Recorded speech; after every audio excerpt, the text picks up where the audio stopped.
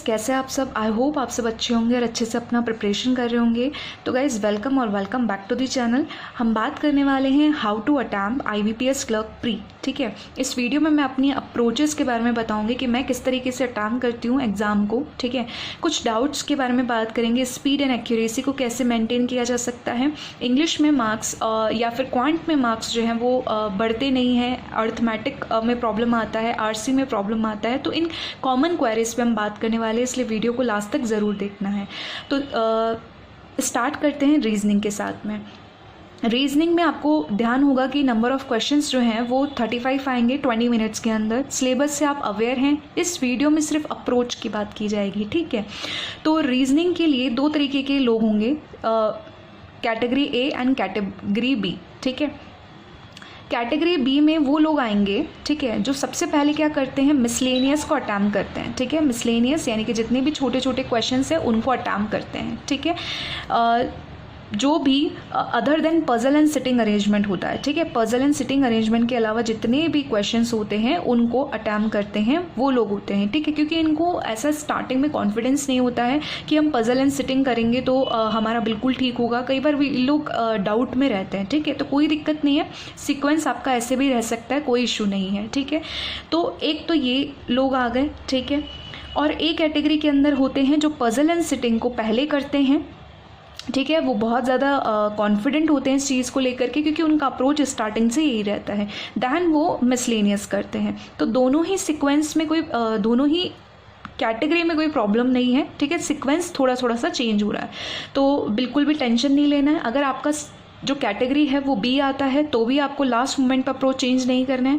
आप इस कैटेगरी से बिलोंग करते तो भी अप्रोच चेंज नहीं करना है। अब बात होती है कि क्वेश्चंस को कैसे अटैम्प्ट करना है। सपोज आपने स्टार्ट किया क्वेश्चन पैलेट से, ये फर्स्ट क्वेश्चन आया। ठीक है, फर्स्ट क्वेश्चन आया, मैं B कैटेगरी वालों के लिए बता रही हूँ। ठीक है, फर्स्ट क्वेश्चन आया। अभी आप क्या करेंगे कि पूरे के पूरे जितना भी क्वेश्चन है उसमें ढूंढने बैठेंगे कि मिसलेनियस कहाँ पर है, पजल्स कहाँ पर है। ऐसा करेंगे तो आपको बहुत ज़्यादा टाइम वेस्ट होने वाला है। इसीलिए ऐसा नहीं करना है, स्टार्टिंग क्वेश्चन से चलना है, इसको नेक्स्ट करते चले जाना है। ठीक है, ये अगर पजल स्टार्ट हुआ, सपोज फर्स्ट क्वेश्चन ही पजल का खुल गया, मार्क फॉर रिव्यू कर देना। पर्पल कलर का ये हो जाएगा, कलर चेंज हो जाएगा, जिससे आपको लास्ट में याद रहेगा कि यार ये पजल को मैंने लगाया था मार्क फॉर रिव्यू, तो अब मुझे इससे स्टार्ट करना है। ठीक है, ये ध्यान रहेगा आपको। या फिर आप इस क्वेश्चन को भी मार्क फॉर रिव्यू कर सकते हैं, जो आपको लगता है कि यार थोड़ा सा टाइम तो कर लिया लेकिन लास्ट में एक बार रीचेक कर लेंगे, या फिर एक क्वेश्चन किया जा सकता है इस तरीके का। ठीक है, तो इस तरीके से आपको बढ़ते चले जाना है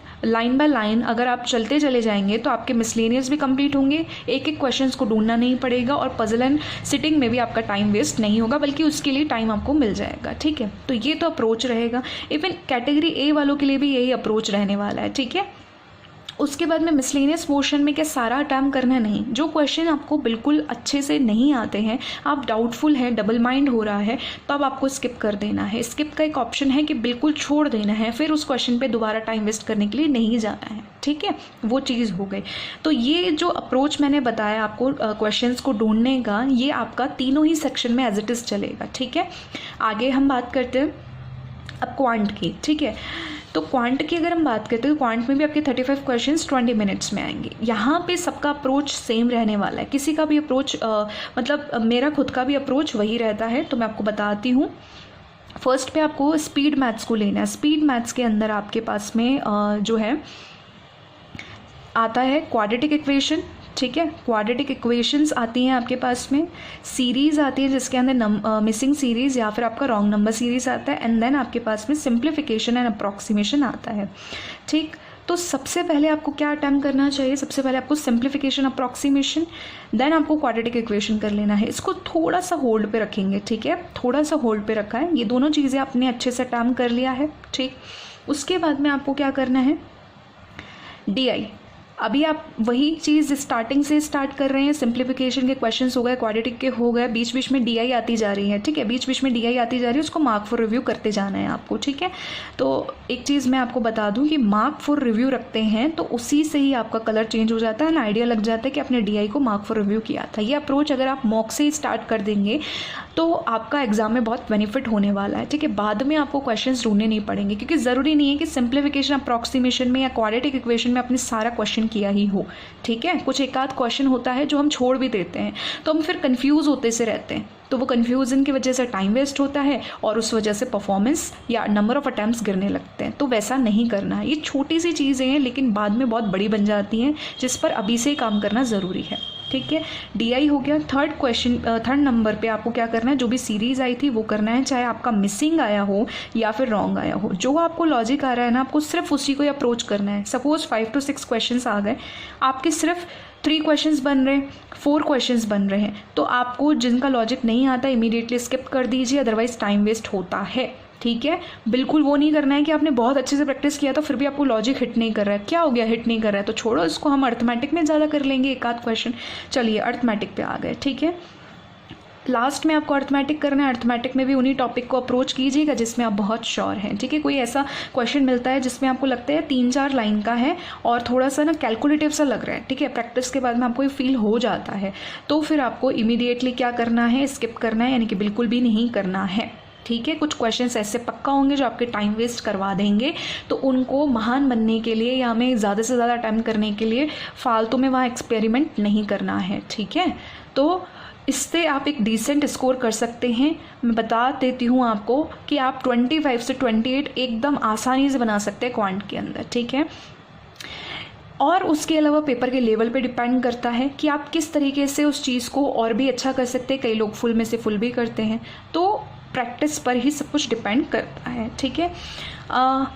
अब यहाँ एक बात आ जाती है कि स्पीड कैसे बनानी है, एक्यूरेसी कैसे बनानी है। स्पीड नहीं बन रही है, अर्थमेटिक नहीं बनता है, एंड इस तरीके के क्वेश्चंस। तो सबसे पहली चीज़ मैं बताऊं आपको कि स्पीड एंड एक्यूरेसी जो रहता है ना, स्पीड एंड एक्यूरेसी जो रहता है, ये दोनों साथ साथ चलता है, ठीक है।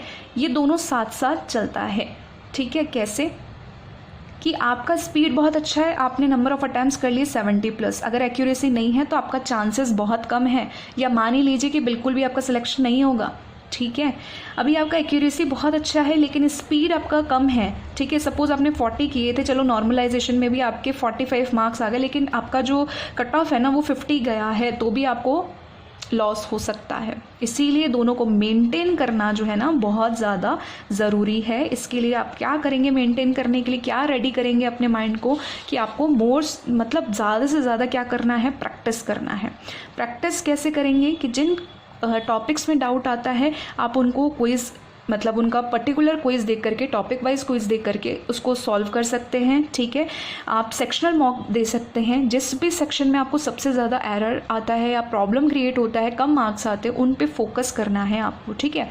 किसके थ्रू, टेस्ट देने के थ्रू, और उसके बाद उसका एनालिसिस कर लेंगे तो डाउट्स भी क्लियर हो जाएंगे। एनालिसिस नहीं करते हैं तो नेक्स्ट मॉक देते हैं तो मार्क्स आपके बिल्कुल या तो इतने ही आते हैं या फिर कम आते हैं, और फिर आप डिमोटिवेट हो जाते हैं। तो इन कमियों को चीज़ करने मतलब सही करने का ट्राई कीजिए, ठीक है। इन कमियों को अवॉइड मत कीजिए, ठीक।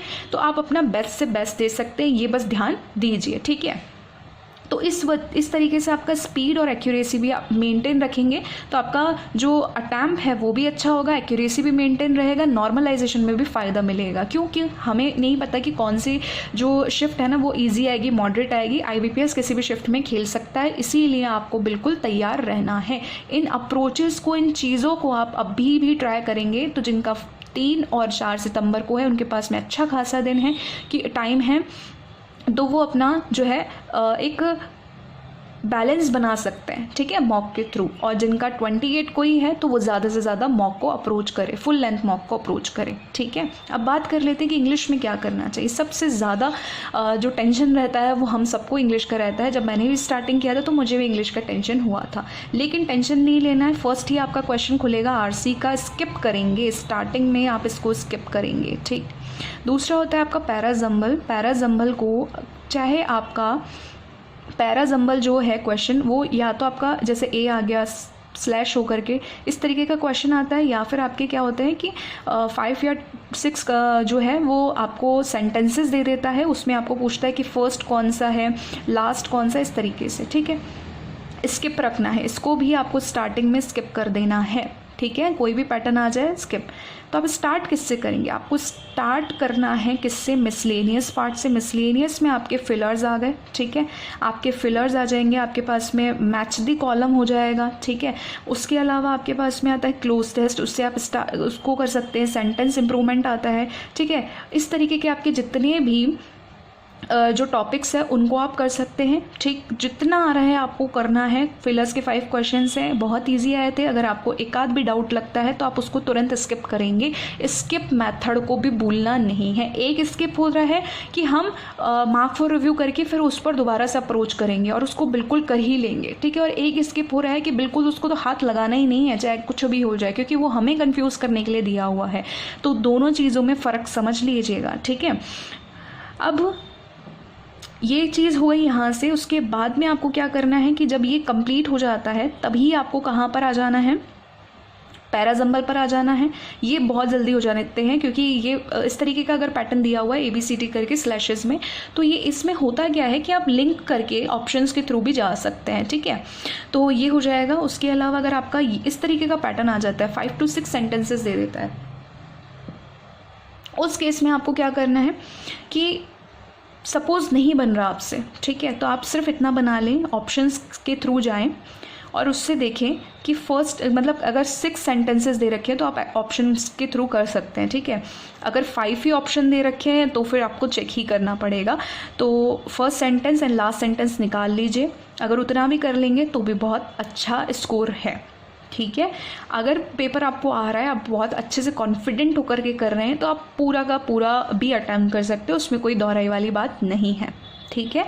उसके बाद में RC पे आएंगे। RC के अप्रोचेज़ मैं बता दूं, 3 अप्रोचेज़ हैं, ठीक है। 3 अप्रोचेज़ हैं कि किसी भी अप्रोच से कर सकते। तीनों ही अप्रोचेज़ में सबसे पहले आप वोकैब पे फोकस करेंगे। वोकैब या फिर आपसे टोन बेस्ड हो जाता है, ठीक है, सिनोनिम एंटोनिम्स, इस तरीके के क्वेश्चंस जो होते हैं, फिलर्स भी कई बार पूछ लेता है, तो उस तरीके के क्वेश्चंस को अटैम्प्ट करने के बाद में आप जो इसके बड़े वाले क्वेश्चंस आते हैं RC के, उस पर आप कैसे करेंगे। एक लोग होते हैं कि क्या करते हैं, थोड़ा सा टाइम देख करके वो पूरा का पूरा RC रीड कर लेते हैं जल्दी जल्दी से, ठीक है। तो थोड़ा थोड़ा वो रीड कर लेते हैं, रीड करने के बाद में नंबर ऑफ़ क्वेश्चंस पे आते हैं। आप चाहे तो ऐसा कर सकते हैं। दूसरे लोग क्या होते हैं कि पहले जितने भी क्वेश्चंस होते हैं RC के बड़े वाले, उनको रीड कर लेते हैं, उनके कीवर्ड्स को नोट कर लेते हैं और फिर RC में जाकर उन कीवर्ड्स के थ्रू उनका आंसर फाइंड आउट करते हैं। तो ये भी अच्छी अप्रोच है। और तीसरी अप्रोच क्या होती है कि वही एक एक क्वेश्चंस के जो भी कीवर्ड्स हैं, एक एक क्वेश्चन को आप जाओ RC से देखो और करो। इस तरीके से भी आप कर सकते हो, ठीक है। तो जो अप्रोच आपको अच्छी लगती है उस अप्रोच के लास्ट मोमेंट पे चेंज नहीं करना है, उसी के अकॉर्डिंग आप सेटिंग कर सकते हैं, ठीक है। एक चीज़ मैं रीजनिंग में बताना चाहूँगी कि आपका जो पजल एंड सिटिंग का रहता है, उसके अंदर ध्यान रखना है आपको कि 20 मिनट्स मिल रहे हैं तो 12 मिनट्स आपका एटलीस्ट यहाँ पर रहना चाहिए और 8 मिनट्स मिसलेनियस के लिए रहना चाहिए। अब ये आगे पीछे कर सकते हैं आप, ठीक है। थोड़ा सा मेरा अप्रोच ये रहता है।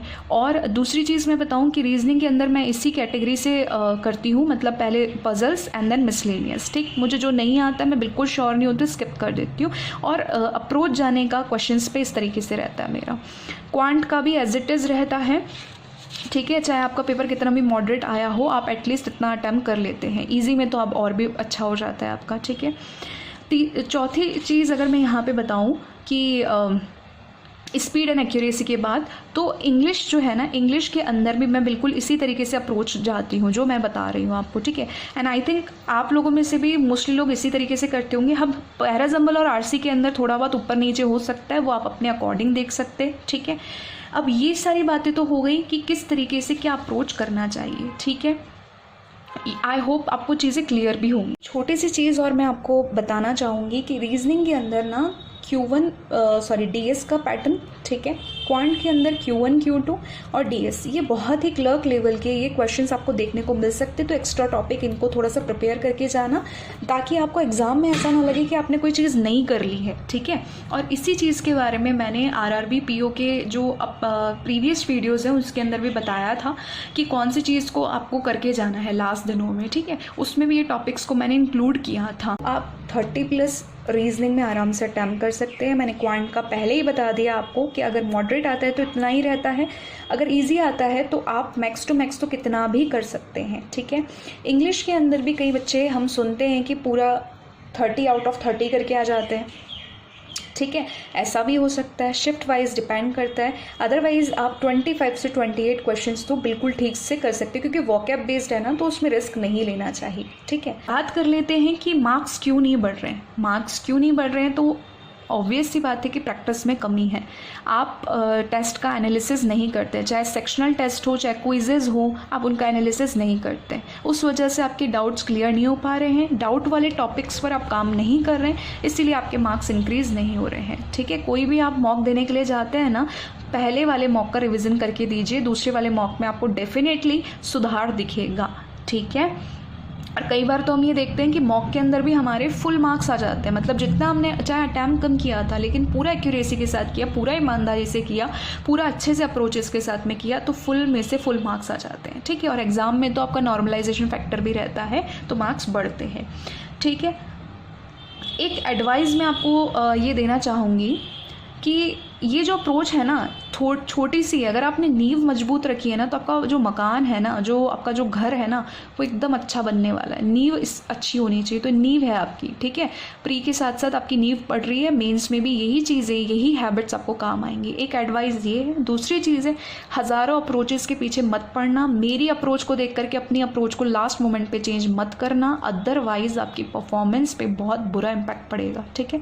लास्ट मोमेंट पर अपने माइंड के अंदर ना मार्क्स को सेट करके मत जाना, इतना मार्क्स करेंगे, उतना मार्क्स का अटैम्प्ट करेंगे। आप देख लिए होंगे आरआरबी पीओ में, मैंने भी अपना रिव्यू दिया था कि 3rd and 4th शिफ्ट में पेपर इजी आ गया था, ठीक है। जैसे हम लोग मेंटलिटी बना के जाते हैं आईबीपीएस, उसके अपोजिट बिल्कुल खेलता है। इसीलिए आपको जितनी भी चीज़ें टिल नाउ आ रही है ना, उनको बस अच्छे से कीजिए। कोई भी नए टॉपिक को उठा करके उसमें परेशान नहीं होना, टाइम वेस्ट नहीं करना है। जिनका 28 अगस्त को एग्ज़ाम है, फिर से बता दे रही हूँ कि ज़्यादा से ज़्यादा फुल लेंथ मॉक्स दीजिए, सेक्शनल मॉक्स दीजिए, ठीक है।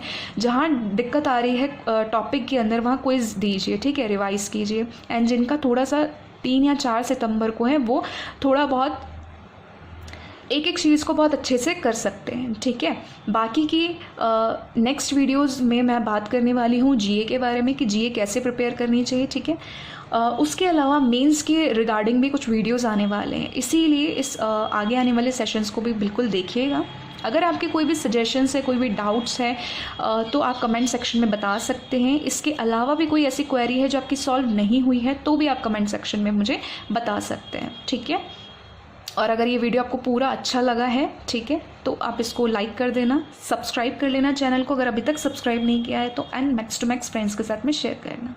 All the best.